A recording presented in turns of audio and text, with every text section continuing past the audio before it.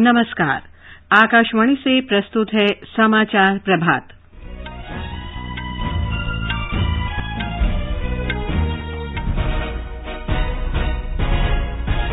प्रधानमंत्री नरेंद्र मोदी ने कोविड महामारी के दौरान अथक सेवाओं के लिए चिकित्सकों का आभार व्यक्त किया। कहा, सरकार चिकित्सकों की सुरक्षा के लिए प्रतिबद्ध। प्रधानमंत्री ने महामारी के दौरान दूर दराज के लोगों को स्वास्थ्य लाभ उपलब्ध कराने के लिए ई संजीवनी की सराहना की। कहा, पिछले 6 वर्षों में लोगों के जीवन में डिजिटल इंडिया से बदलाव आया है। भारत में कोविड टीकाकरण का आंकड़ा लगभग 34 करोड़ तक पहुंचा। देश में कोविड से स्वस्थ होने की दर बढ़कर 96.97% हुई। केंद्रीय मंत्री नितिन गडकरी ने कहा, भारत ई वाहन क्षेत्र में विश्व के लिए उदाहरण बनेगा। प्रदूषण से निपटना सरकार की प्राथमिकता।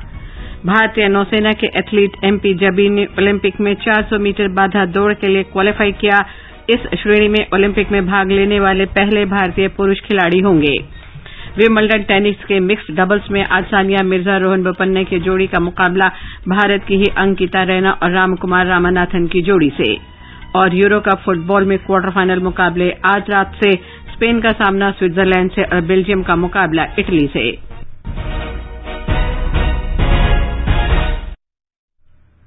समाचार प्रभात में सिद्धार्थ सिंह के साथ मैं लवलीन निगम।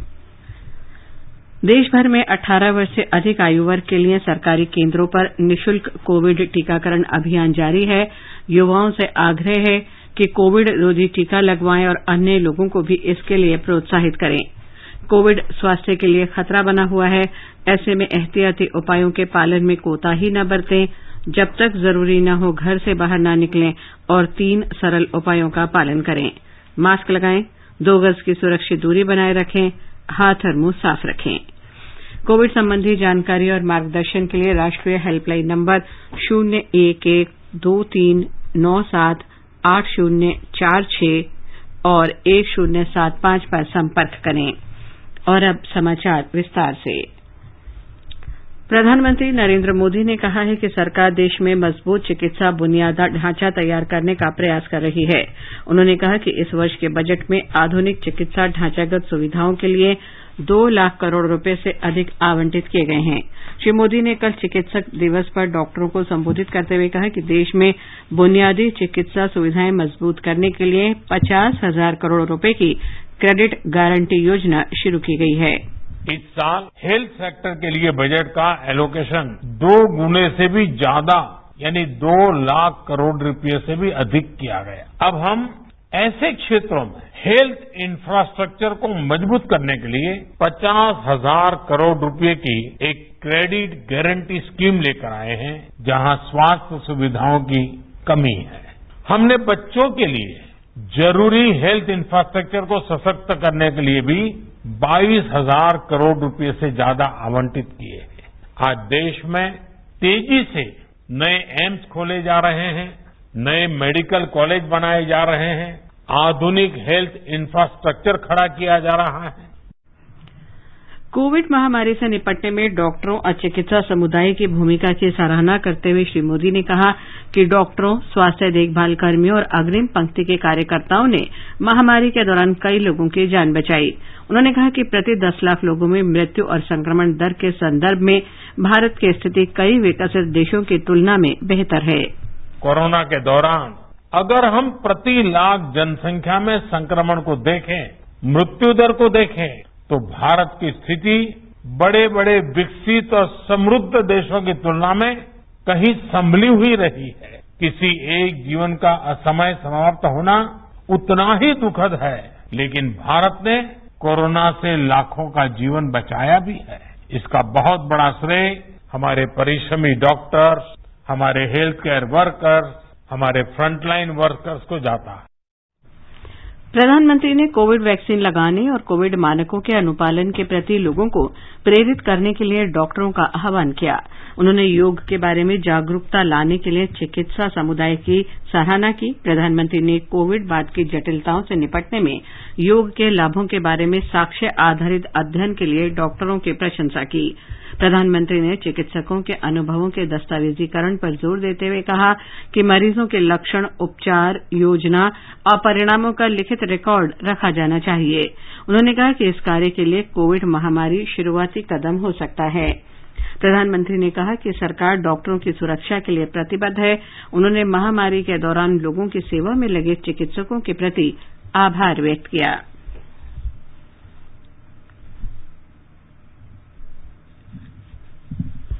प्रधानमंत्री नरेंद्र मोदी ने कहा है कि पिछले 6 वर्ष में डिजिटल इंडिया से लोगों के जीवन में महत्वपूर्ण बदलाव हुआ है। सरकार के प्रमुख कार्यक्रम डिजिटल इंडिया के 6 वर्ष पूरे होने पर आयोजित समारोह को संबोधित करते हुए प्रधानमंत्री ने कहा कि डिजिटल इंडिया ने देश के विभिन्न भागों में स्वास्थ्य देखभाल सुविधाएं पहुंचाने में महत्वपूर्ण भूमिका निभाई है। ऑनलाइन शिक्षा से लेकर चिकित्सा तक विकसित प्लेटफॉर्म से करोड़ों भारतीयों को लाभ हो रहा है।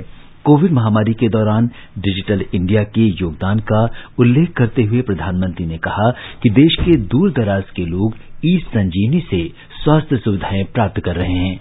उन्होंने कहा कि डिजिटल इंडिया और कोविन पोर्टल विश्व के सबसे बड़े टीकाकरण अभियान में भी मदद कर रहे हैं। कोविन पोर्टल ने विश्व के अनेक देशों का भी ध्यान आकृष्ट किया है।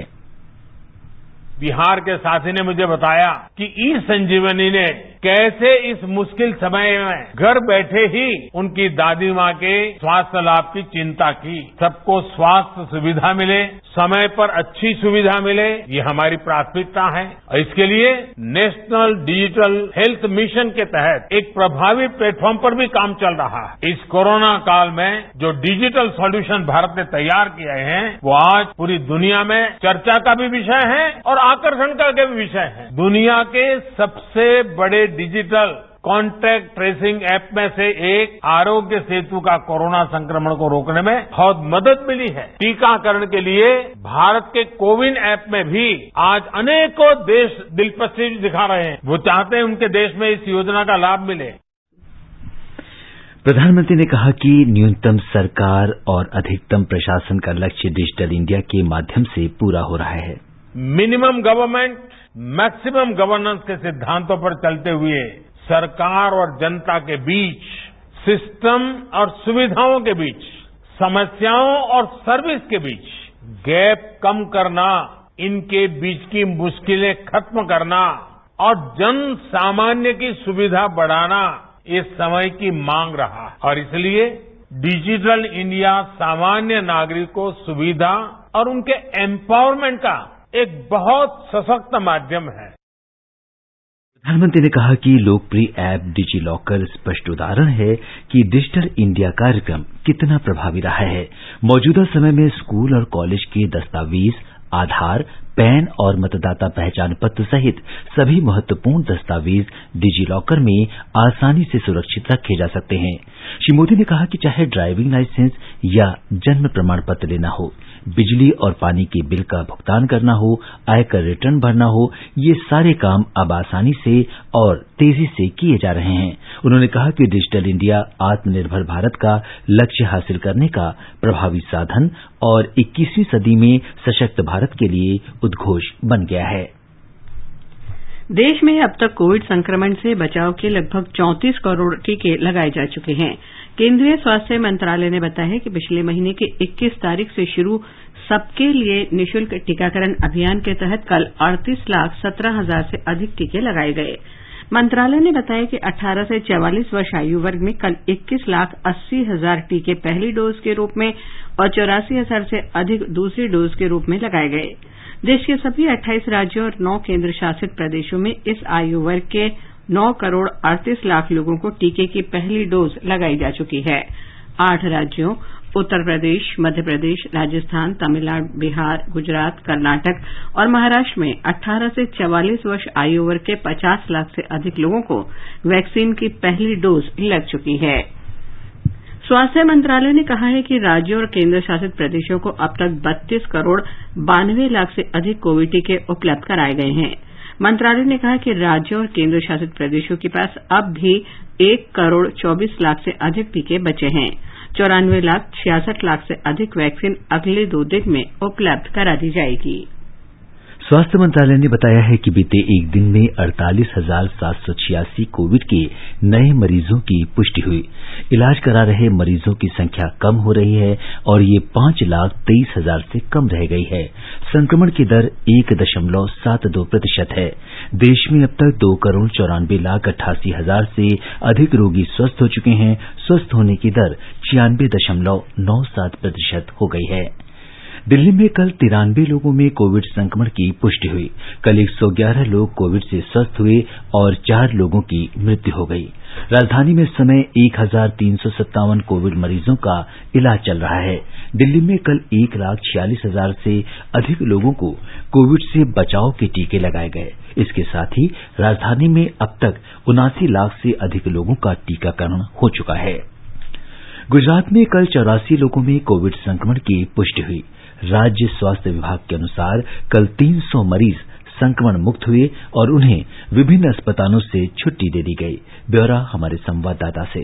गुजरात में अब तक 8,10,751 मरीज कोविड-19 से ठीक हो चुके हैं। इसके साथ ही राज्य में मरीजों के ठीक होने की दर बढ़कर 98.44% हो चुकी है। राज्य में कोविड-19 संक्रमण के सबसे अधिक 18 नए मामले अहमदाबाद में दर्ज हुए, जबकि सूरत में 11 मामले सामने आए। कल राज्य में कोविड-19 से 3 मरीजों की मृत्यु हो गई। राज्य में इस वक्त 2,794 सक्रिय मामले हैं, जिसमें से 11 मरीज वेंटिलेटर पर है। गुजरात में कल 2,84,791 लोगों को कोविड-19 के खिलाफ टीके लगाए गए। योगेश पंड्या, आकाशवाणी समाचार, अहमदाबाद।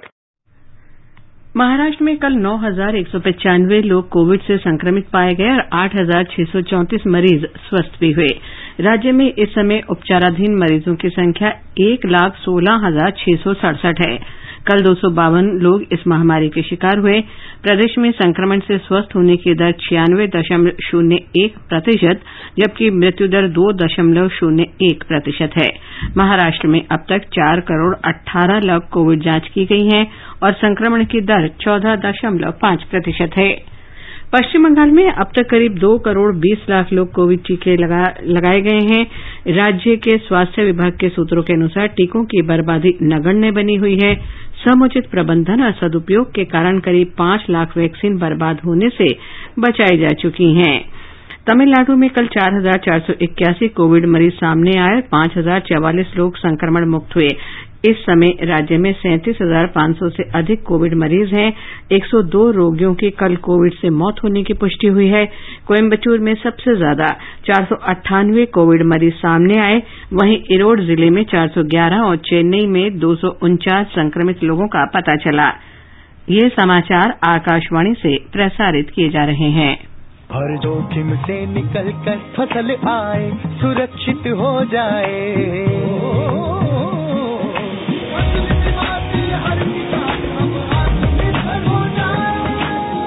संकट के समय प्रधानमंत्री फसल बीमा योजना किसानों के लिए वरदान है।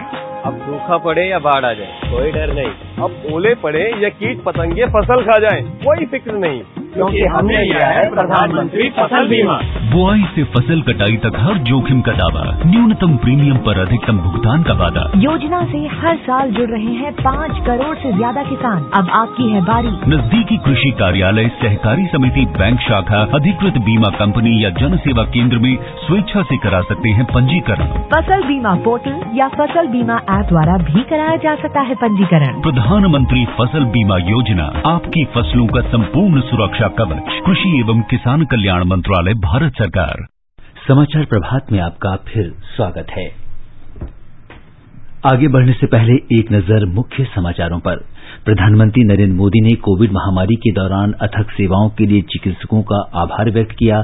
कहा, सरकार चिकित्सकों की सुरक्षा के लिए प्रतिबद्ध। प्रधानमंत्री ने महामारी के दौरान दूर दराज के लोगों को स्वास्थ्य लाभ उपलब्ध कराने के लिए ई संजीवनी की सराहना की। कहा, पिछले 6 वर्षों में लोगों के जीवन में डिजिटल इंडिया से बदलाव आया है। भारत में कोविड टीकाकरण का आंकड़ा 34 करोड़ के पार हुआ। देश में कोविड से स्वस्थ होने की दर बढ़कर 96.97% हुई। केंद्रीय मंत्री नितिन गडकरी ने कहा, भारत ई वाहन क्षेत्र में विश्व के लिए उदाहरण बनेगा। प्रदूषण से निपटना सरकार की प्राथमिकता। भारतीय नौसेना के एथलीट MP जबीर ने ओलंपिक में 400 मीटर बाधा दौड़ के लिए क्वालिफाई किया। इस श्रेणी में ओलंपिक में भाग लेने वाले पहले भारतीय पुरुष खिलाड़ी होंगे। विंबलडन टेनिस के मिक्स डबल्स में आज सानिया मिर्जा और रोहन बोपन्ना की जोड़ी का मुकाबला भारत की ही अंकिता रैना और रामकुमार रामनाथन की जोड़ी से, और यूरो कप फुटबॉल में क्वार्टर फाइनल मुकाबले आज रात से। स्पेन का सामना स्विट्जरलैंड से और बेल्जियम का मुकाबला इटली से। चलो मिलकर एक शुरुआत करें, चलो एक फैसला आज करें, मास्क नहीं तो टोकेंगे, कोरोना को रोकेंगे, चलो एक इरादा करते हैं, चलो कुछ वादा करते हैं, मास्क नहीं तो टोकेंगे, कोरोना को रोकेंगे।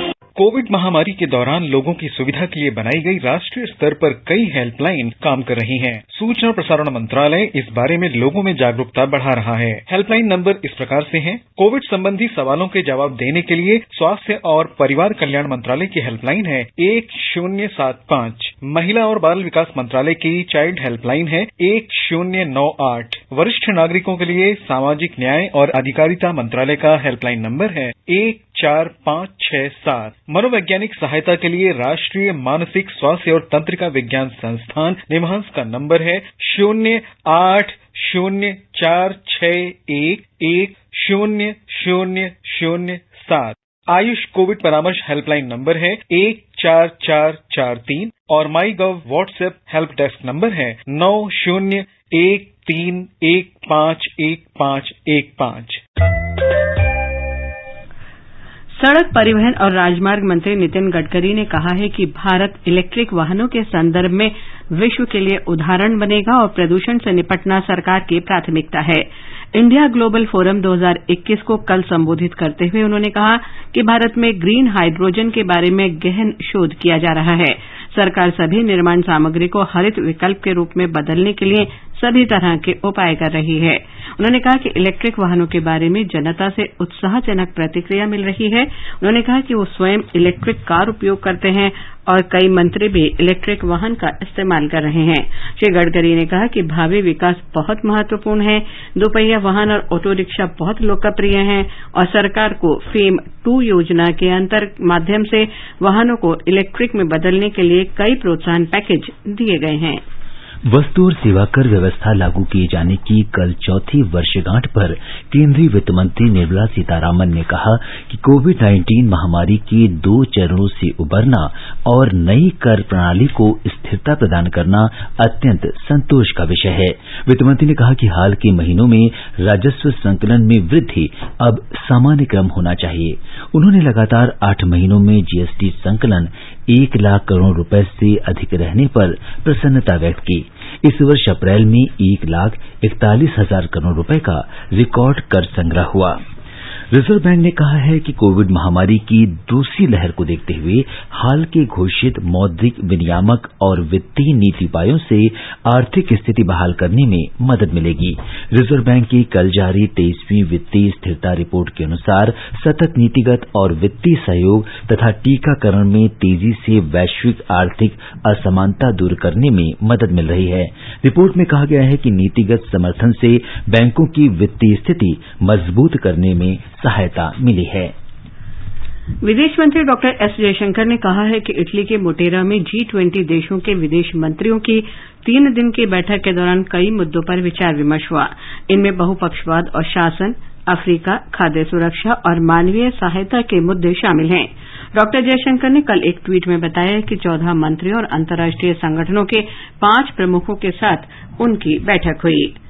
भारतीय नौसेना के एथलीट MP जबीर ने 400 मीटर बाधा दौड़ में स्वर्ण पदक जीतकर टोक्यो ओलंपिक के लिए क्वालिफाई कर लिया है। जबीर ने पटियाला में अंतर्राज्यीय एथलेटिक्स चैंपियनशिप में 49.78 सेकंड का समय लेते हुए ये उपलब्धि हासिल की।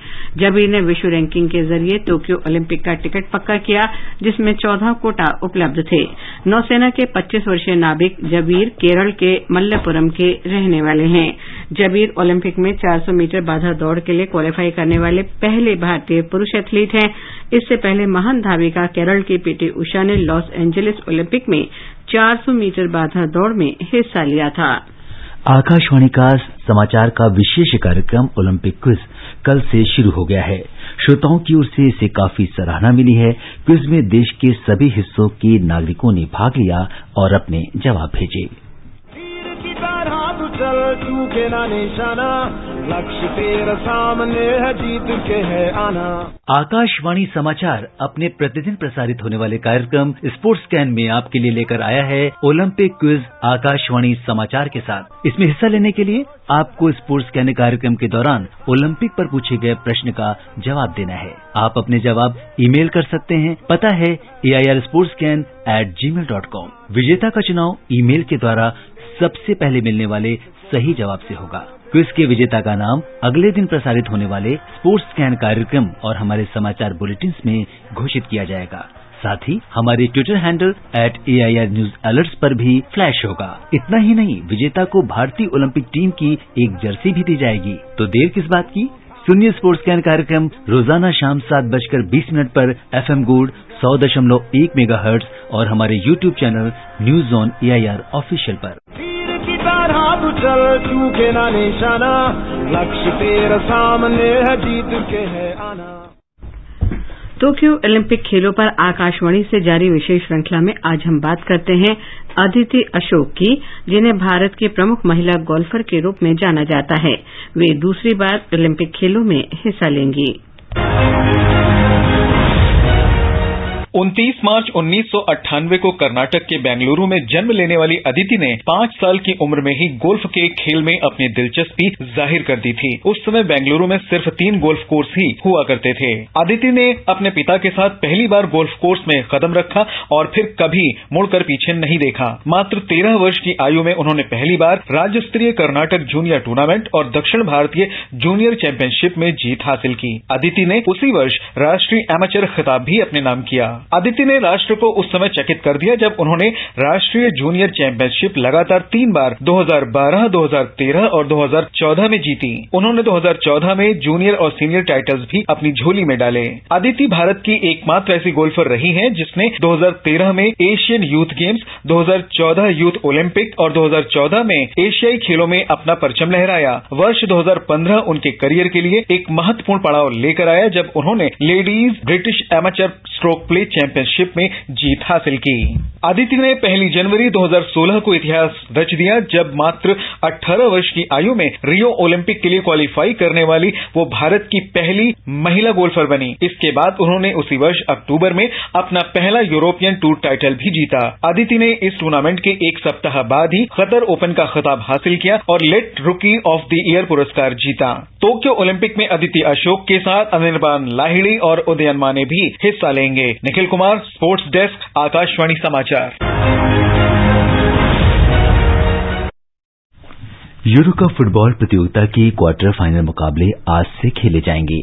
आज पहले क्वार्टर फाइनल में 3 बार के चैंपियन स्पेन का मुकाबला स्विट्जरलैंड से होगा, जबकि दूसरे क्वार्टर फाइनल में बेल्जियम और इटली आमने सामने होंगे।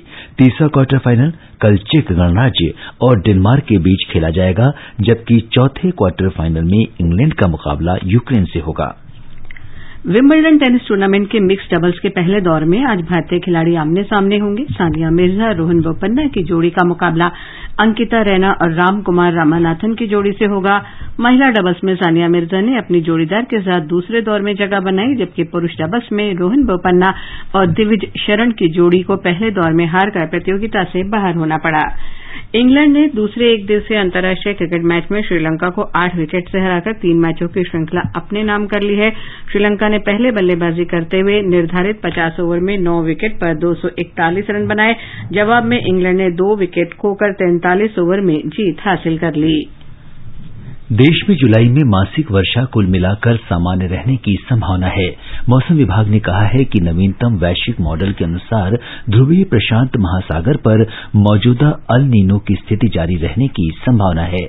प्रशांत और हिंद महासागर में सतह के तापमान की स्थिति का भारतीय मानसून पर बहुत अधिक प्रभाव पड़ता है। मौसम विभाग इन महासागरों में सतही स्थितियों पर नजर रख रहा है। कनाडा में अब तक का सर्वाधिक तापमान दर्ज कराने वाले गांव का 90% हिस्सा जंगल में लगी आग से जल चुका है।